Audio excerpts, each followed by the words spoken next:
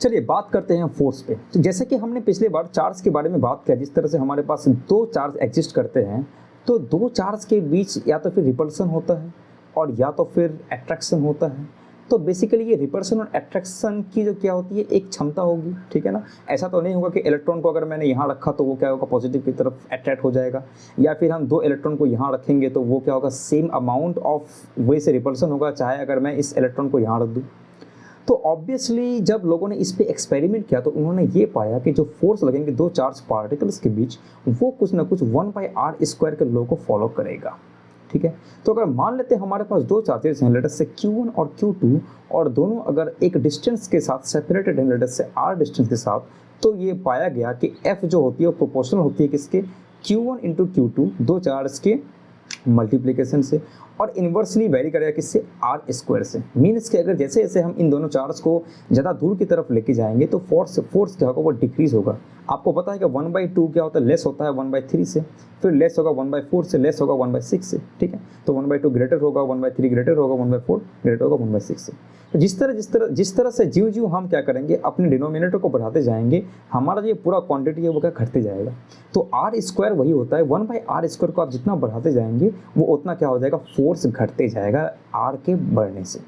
तो ऐसा ही सेम चीज़ ये होता है। तो अगर मैं दो इलेक्ट्रॉन को यहाँ रख दिया तो उसमें क्या होगा, ये बहुत ही अमाउंट में एक दूसरे को धक्का मारेगा। वहीं पे अगर मैं दो इलेक्ट्रॉन को इतना दूर रख दूँ तो वो धीरे धीरे आराम से धक्का मारेगा, ठीक है।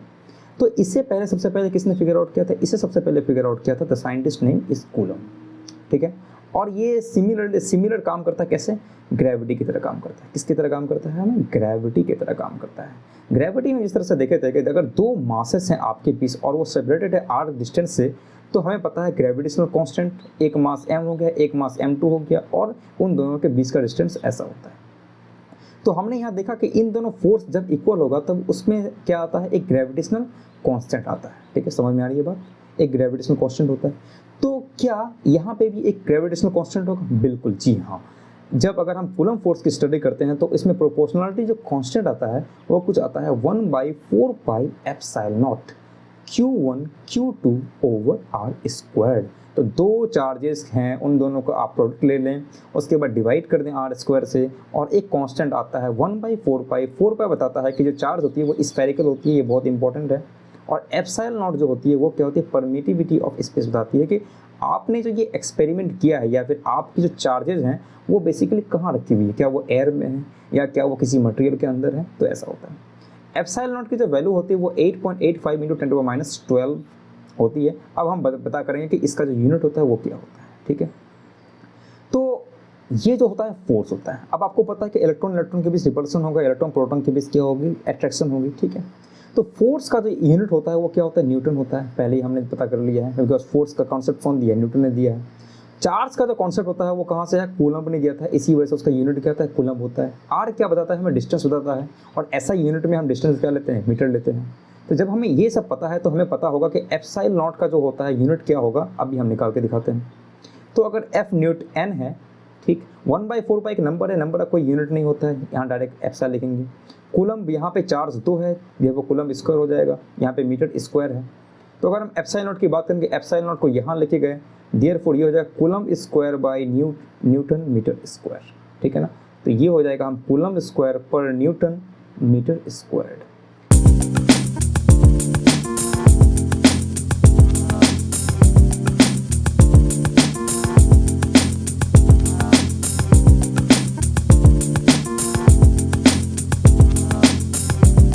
पता है कि जो चार्ज होती है उसके लिए क्या होता है, ऑब्जेक्ट का मास होना बहुत इंपॉर्टेंट है, ठीक है ना। जैसे कि हमारे पास दो इलेक्ट्रॉन ले लिए, सपोज कि मेरे पास दो इलेक्ट्रॉन है, ठीक है ना, ये दोनों एक दूसरे को रिपल्सन करेंगे, देयरफॉर इन दोनों का मास क्या होगा, सेम हो जाएगा। और लेट अस से इनको हमने रख दिया 1 सेंटीमीटर के अपार्ट पे, ठीक है। तो ऑब्वियसली जितने भी पार्टिकल्स हैं जिस पे आपने चार्ज डाला है उस पर क्या होगा, मास होना जरूरी है। अब आपको ऑलरेडी पता है कि एक और पार्टिकल जिसके हमने पिछले बारे में बात की थी, लाइट, जिसका नाम होता है फोटॉन्स, ठीक है ना, और इसको हम कहते हैं फोटॉन्स या फिर इस तरह दिखाते हैं गामा में। तो लाइट का जो मास होता है वो क्या होता है, 0 मास होता है, और इसीलिए इस पे क्या होती है, कोई चार्ज नहीं होती, ये चार्ज इसमें कुछ भी नहीं होता, ठीक है। तो अगर हमें इसे कैलकुलेट करना है कि दो इलेक्ट्रॉन के बीच जो होगी फोर्स कितना लगेगा, तो हम इसे कैसे कैलकुलेट कर सकते हैं, 1/4πε0 इलेक्ट्रॉन इंटू इलेक्ट्रॉन ठीक है, और उसके बाद 1 सेंटीमीटर डिस्टेंस है 1/r²। अब 1/4πε0 को अगर आप कैलकुलेट करेंगे तो ये आएगा 9 × 10⁻9 आएगा। इलेक्ट्रॉन पे मास होता है 1.6 × 10⁻19 और इसका स्क्वायर हो जाएगा। अब अगर मैंने 1 सेंटीमीटर रखा तो इसको मीटर में चेंज करना बहुत इंपॉर्टेंट है, बिकॉज आपको भी पता है कि ऐसा यूनिट मीटर्स होता है। तो अब मैं 9 और 1.6 को नहीं देखूंगा, मैं सिर्फ देखूंगा इनके जो मैग्नीट्यूड है वो कितना होगा। 9 × 10⁻19 × 2 क्या होगा 38, और यहाँ पे होगा 10⁻4। तो अगर मैं इसको ऊपर लेके जाऊंगा तो ये 13 हो जाएगा -38, therefore it is came out to be -25। तो अब आप देख सकते हैं कि अगर दो इलेक्ट्रॉन अगर एक दूसरे के साथ अपार्ट है 1 सेंटीमीटर पे, तो उनकी क्या होती है, जो इलेक्ट्रिक फोर्स होती है वो कितनी ज़्यादा कम होती है, ठीक है, इतनी ज़्यादा कम होगी। अच्छा, अगर हमें ग्रेविटी अगर मैं बात करूँगा तो ग्रेविटी कितना होगा, ठीक है, क्योंकि ग्रेविटी में क्या होता है 6 × 6.67 10⁻11 होता है, 10⁻11 कर दिया। इलेक्ट्रॉन पे जो मास होता है वो 10⁻31 किलोग्राम होता है, इंटू 10⁻31 किलोग्राम होता है। 1 सेंटीमीटर पे रखा, इसका मतलब 10⁻4 आ गया, डायरेक्ट मैंने कर दिया। तो ये कितना देगा मुझे, अरे यार ये तो बहुत ही कम है, 31 दूनी 62, 62 और 11 कितना होता है भाई, 62 और 11 हो जाएगा 73, और +4 which is came out to be 10⁻68। क्या बात कर रहे हो यार, ये तो मतलब कि कुछ अलग ही दिखा रहा है। इसका मतलब ये है कि फोर्स अगर मैं इलेक्ट्रॉन का अगर चार्ज देख लूँगा, ग्रेविटी के बीच देख लूँ इनका, तो ये बोल रहा है कि -25 + 68 which came out to be 34। Means के इलेक्ट्रॉन का जो फोर्स है वो क्या होगा 10⁻43, इतना गुना ज़्यादा फोर्स ऑफ ग्रेविटी से। क्या आप इमेजिन कर सकते हैं, मीन्स के दो इलेक्ट्रॉन अगर 1 सेंटीमीटर पे अपार्ट है तो उनके बीच तो इलेक्ट्रिक फोर्स इतना कम लगता है। अगर ग्रेविटी में है तो इलेक्ट्रॉन और इलेक्ट्रॉन एक दूसरे को ये करेगा, मान लीजिए उस पर चार्ज हमने खत्म कर दिया, चार्ज को कंसिडर नहीं करते हैं, तो वो दोनों एक दूसरे को अट्रैक्ट करेगा, इतना कम 10⁻68 न्यूटन। इसी वजह से ना अगर दो लड़के अगर तुम बेंच में बैठे हुए तो तुम्हारे में अट्रैक्शन नहीं होता, अगर होने से अगर ये फोर्स ज़्यादा होता तो तुम हमेशा चिपके हुए रहते ना, ठीक है। तो ये वजह है कि इलेक्ट्रिक फोर्स जो होती है वो 10⁻40 टाइम्स ग्रेटर होती है, किससे, फोर्स ऑफ ग्रेविटी से होती है।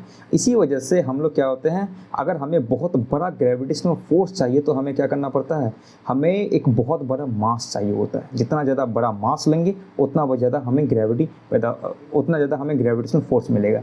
इसी वजह से क्या होती है, जो सन तुम देखते हो या फिर डिफरेंट ब्लैक होल्स देखते हो या फिर बहुत अलग अलग एस्ट्रोफिजिकल ऑब्जेक्ट देखते हो, उनका साइज देखते हो कितना होता है, उनका साइज, उनका रेडियस ही समझ लो 10 टू द पावर क्या कहते हैं, एक तो मास होता है 10⁻30 किलोग्राम मास क्या होता है, सन का होता है 10⁻24 किलोग्राम्स अर्थ का मास है, ठीक। तभी हम लोग अर्थ के साथ क्या होता है अट्रैक्ट चिपके हुए रहते हैं, अदरवाइज क्या होता है कि हम तो वही निकल लिए होते पहले ही, बहुत पहले, ठीक है। अब आती है कि फोर्स हम दो चार्ज के बीच हमें कैलकुलेट करना सीख गया, बट फोर्स जो होती है वो दो चार्जेस के बीच क्या होती है। देखिए फोर्स जो होती है वो आती है कि 1/4πε0 को हम क्या करते हैं, डिनोट करते हैं के से डिनोट करते हैं, ठीक। Q1 × Q2/r²। बेसिकली ये जो मैंने अभी फोर्स को लिखा वो क्या लिखा, वो एक स्केलर एक मैग्नीट्यूड में लिखा कि फोर्स कितना होता है। बट आपको भी पता है कि फोर्स क्या होती है, वेक्टर क्वांटिटी होती है, मीन्स कि इसमें मैग्नीट्यूड के साथ डायरेक्शन भी होती है। तो डायरेक्शन हम कैसे निकालेंगे, तो डायरेक्शन लिखने का एक सबसे आसान तरीका ये होता है कि जिधर आपने चार्ज लिया उसका डिस्टेंस ऐसा है और उसमें आप क्या करते हैं आर हेड लगाते हैं। अब आर हेड का मतलब क्या हुआ, मान लीजिए कि ये दो चार्जेस हैं, नेगेटिव लो या पॉजिटिव लो, ये आर डिस्टेंस है, तो ये नेगेटिव क्या करेगा, वो इसको इधर ढकेलेगा, ये नेगेटिव क्या करेगा, मे बी इसको उधर ढकेलेगा, ये बोलेगा तू उधर जा और ये बोलेगा क्या तू उधर जा। इट मीन्स कि या तो ये क्या हुआ इसी आर के डायरेक्शन के इंक्रीजिंग वे में लगा रहा है। तो आर हेड ये बोलता है कि अगर आपने कोई यूनिट वेक्टर ले लिया और उसके इंक्रीजिंग डायरेक्शन में जा रहे हो, उसी डायरेक्शन में जा रहे हो, तो वो क्या हो जाएगा, लेट अस से ये ए वेक्टर है और ये यूनिट वेक्टर हो गया। तो यूनिट वेक्टर क्या होती है, हमेशा आपको डायरेक्शन बताता है। तो एफ क्या हो गया, एफ का डायरेक्शन क्या होगा, आर हेड से दिखा मुझे। अब अगर मैं इसको, ये तो आर हेड है, इसको लिखने का एक और तरीका हो सकता है, क्या हो सकता है, के Q1 Q2/r²। आर हेड को मुझे पता है, R vector is equal to magnitude of R और R hat, therefore R can be written in terms of R vector over R का मैग्नीट्यूड। ये भी क्या है, आर स्क्वायर को जब हमने किया दैट इज ऑल्सो मैग्नीट्यूड, ये भी मैग्नीट्यूड है। तो ये बनाया क्या, Q1/2/r³ आर वेक्टर। तो ये भी एक तरीका है फोर्स को लिखने का, ठीक है। आई होप ये आपको अंडरस्टैंड हो चुका होगा। अब उसके बाद जब हमारे पास फोर्स आ गया, तो फोर्स एक बहुत ही इंटरेस्टिंग क्वांटिटी को फॉलो करता है जिसे हम कहते हैं सुपरपोजिशन प्रिंसिपल।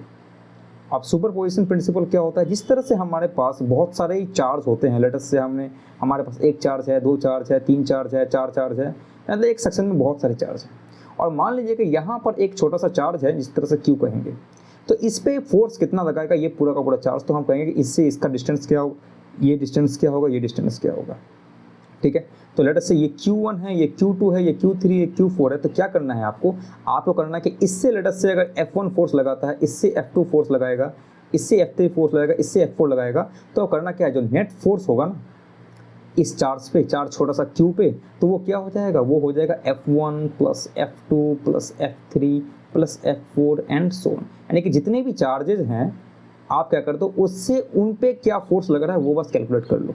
आपको ये ध्यान नहीं देना है कि इन दोनों के बीच क्या हो रहा है, you don't have to care about it, Q1 Q2 में क्या हो रहा है, Q3 Q4 में क्या हो रहा है, Q4 Q5 में क्या होगा, इस पर कोई ध्यान नहीं देना है।